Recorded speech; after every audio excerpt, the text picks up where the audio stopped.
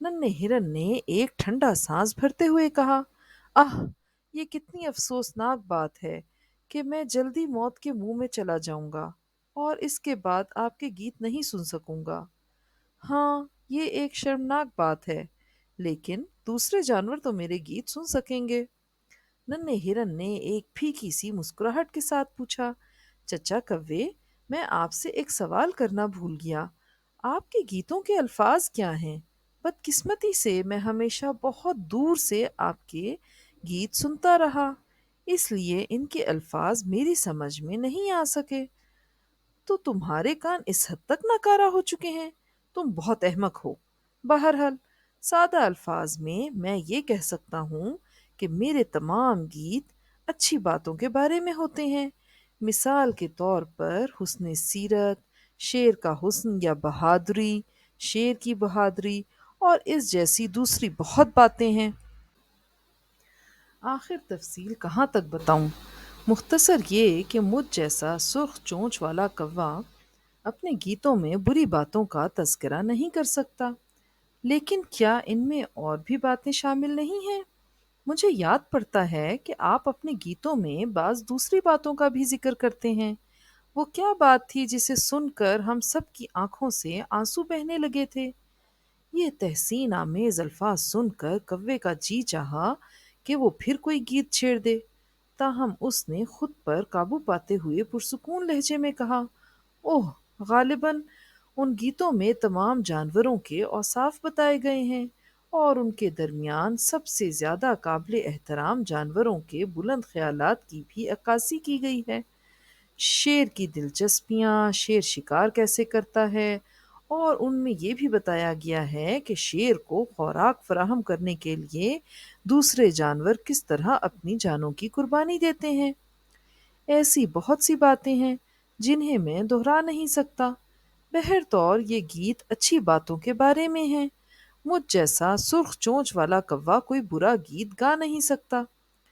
ننھے ہرن نے نفی میں سر ہلاتے ہوئے کہا، نہیں، مجھے یقین ہے کہ میں نے ان گیتوں میں اس قسم کے الفاظ نہیں سنے تھے۔ اس پر کوے کو بہت غصہ آیا اور وہ چلا کر بولا، اگر ان گیتوں میں یہ نہیں کہا گیا تھا تو پھر کیا کہا گیا تھا؟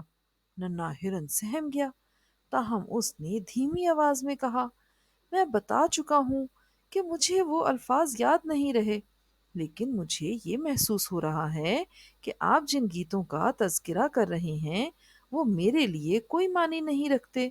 پھر بھی پہلے جب آپ گاتے تھے تو میرا دل تڑپ اٹھتا تھا۔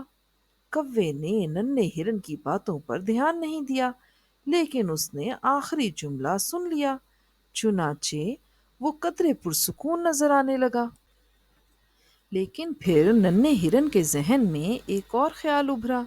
اس نے اپنے حوصلوں کو یکجا کرتے ہوئے دبے دبے لہجے میں کہا، چچا کوے، میری سمجھ میں یہ بات نہیں آتی کہ آپ ہمیشہ شیر کے ساتھ کیوں رہتے ہیں؟ کیا آپ مجھے اس کی وجہ بتا سکتے ہیں؟ یہ بات سمجھنے میں تمہیں اتنی مشکل کیوں پیش آ رہی ہے؟ چلو میں بتا ہی دیتا ہوں۔